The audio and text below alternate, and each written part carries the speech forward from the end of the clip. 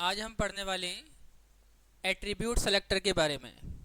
हमने इससे पहले यूनिवर्सल सेलेक्टर, आईडी सेलेक्टर और क्लास सेलेक्टर हमने कंप्लीट कर लिया है। इसके बाद हमारा टॉपिक आता है एट्रीब्यूट सेलेक्टर। एट्रीब्यूट सेलेक्टर के लिए हमने यहाँ पर एक एग्जाम्पल बना रखा है, मैं आपको दिखा देता हूँ। तो यहाँ पर हम आते हैं बॉडी सेक्शन के अंदर।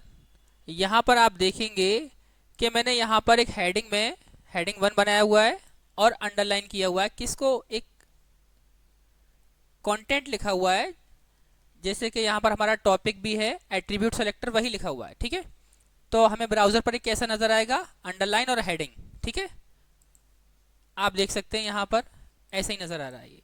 ठीक है, इसके बाद मैंने यहाँ पर एक लाइन लिखी हुई है टेक्स्ट के तौर पर कि this is a example of attribute selector. ये आप ना भी लिखें तो कोई फर्क नहीं पड़ेगा, मैंने यहाँ पर एग्जाम्पल के तौर पर ये लाइन लिखी हुई है। इसके बाद BR से मैंने लाइन चेंज किया हुआ है। ठीक है, मतलब लाइन ब्रेक कर दिया है मैंने इससे। इसके बाद यहाँ पर ये मैसेज इसी तरीके से जैसे यहाँ लिखा हुआ है, इसी तरीके से हमें ब्राउजर पर नजर भी आ रहा है। ठीक है, इसके बाद यहाँ पर मैंने कुछ क्या बनाया हुआ है, लिंक बनाए हुए हैं, जैसे कि हम HTML में बनाया करते थे, जिसके लिए लिखा करते थे AHREF इक्वल टू और वो लोकेशन या वो लिंक का पाथ जहां पर हमें जाना हुआ करता था, और जिस कंटेंट पर हम क्लिक करें वो कंटेंट यहां लिख दिया है मैंने। ठीक है, तो मैंने लिखा है nileit.gov.in, इसके बाद एंकर टैग को क्लोज कर दिया है।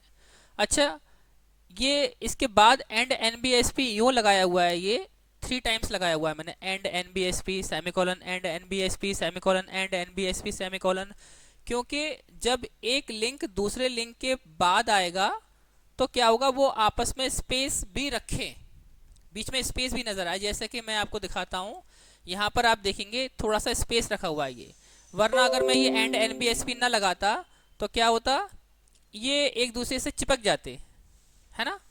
तो मैंने ताकि थोड़ा सा स्पेस भी नजर आए, इसलिए मैंने स्पेसिंग के लिए एंड NBSP लगाया हुआ है। और जैसे कि मैंने लिंक यहाँ पर बनाए हुए हैं, ऐसे ही लिंक मैंने नीचे भी बनाया हुआ है, जिसके लिए मैंने लिखा है wikipedia.org। इसी तरीके से एक लिंक और बनाया हुआ है यहाँ पर, सॉफ्टेक्नोटेक। ठीक है, तो यहाँ पर ये लिखा हुआ है, तो इसका भी इसी तरीके से लिंक बनाया हुआ है मैंने, जैसे कि मैंने ऊपर बनाए हुए हैं। ठीक है, तो मेरे ख्याल से ये बात आपको समझ में आ गया होगा कि हमने यहाँ पर पेज पर क्या किया हुआ है। और हमारे ब्राउजर पर भी कुछ ऐसा ही नजर आ रहा है, 3 लिंक्स आ रहे हैं, मैंने 3 लिंक्स भी बनाए हुए हैं, है ना। अब यहाँ पर हमारा टॉपिक क्या है, एट्रीब्यूट सेलेक्टर। इसको यहाँ पर हम किस तरीके से इस्तेमाल करेंगे ये देखते हैं। ठीक है, इसके लिए हम आते हैं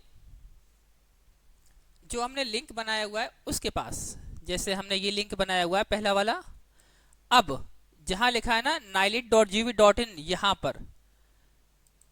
यहां पर लिखेंगे हमने टारगेट, TARGET।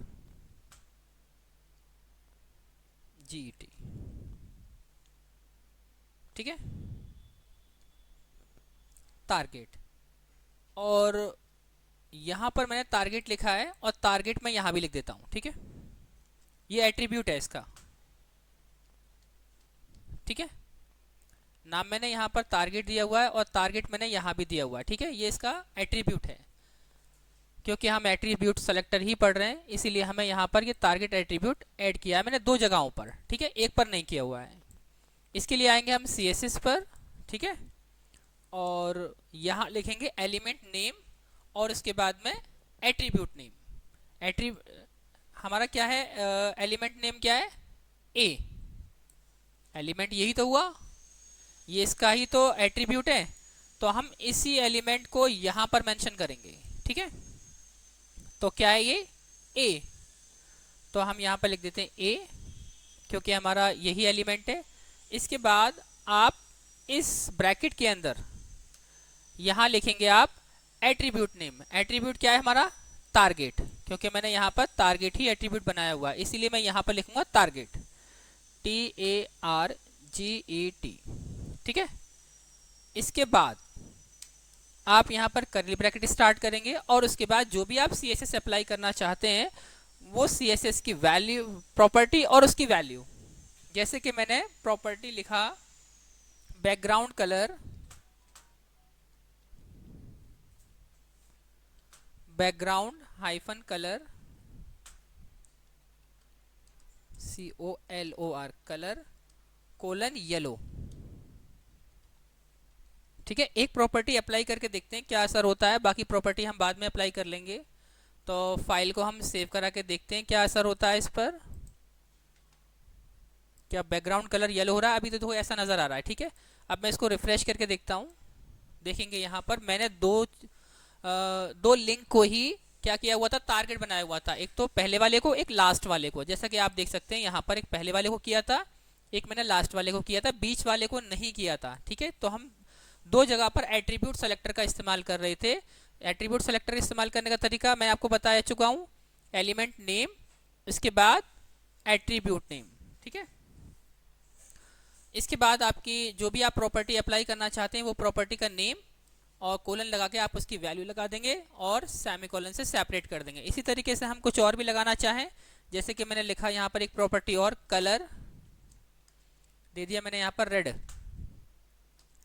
और फाइल को सेव करा के देखते हैं क्या ये इन दोनों पर अप्लाई हो रहा है, होता है या नहीं होता। देखेंगे हाँ, इसका जो कलर है वो टेक्स्ट का कलर वो भी रेड हो चुका है। तो इस तरीके से हम यहाँ पर एट्रीब्यूट सेलेक्टर का इस्तेमाल करते हैं, जहाँ पर हम दिए गए टारगेट पर अपनी CSS को अप्लाई कर सकते हैं। ठीक है, जिसके लिए सिंटेक्स मैं आपको बता चुका हूँ, एलिमेंट नेम, उसके बाद में एट्रीब्यूट नेम, और इसको आप इस तरीके से बड़े ब्रैकेट से क्लोज कर देंगे। और उसके बाद जो भी आप प्रॉपर्टी लगाना चाहते हैं वो दायरा, वो स्कोप यहाँ पर लिख देंगे, और जो भी आप प्रॉपर्टी लगाना चाहते हैं वो लिख देंगे और सेमीकोलन से सेपरेट करते जाएंगे, जिससे वो प्रॉपर्टी उसी टारगेट यानी उसी एट्रीब्यूट पर जहाँ पर आपने लगाया हो, जहाँ पर आप लगाना चाहते हैं वहाँ पर वो अप्लाई हो जाएगी। जैसे कि मैंने यहाँ पर टारगेट लिखा हुआ। ठीक है, दो जगहों पर लिखा है तो दो जगह पर ये अप्लाई हो रहा है। ठीक है, तो आई होप ये बात आपको समझ में आई होगी कि किस तरीके से एट्रीब्यूट सेलेक्टर का इस्तेमाल करते हैं।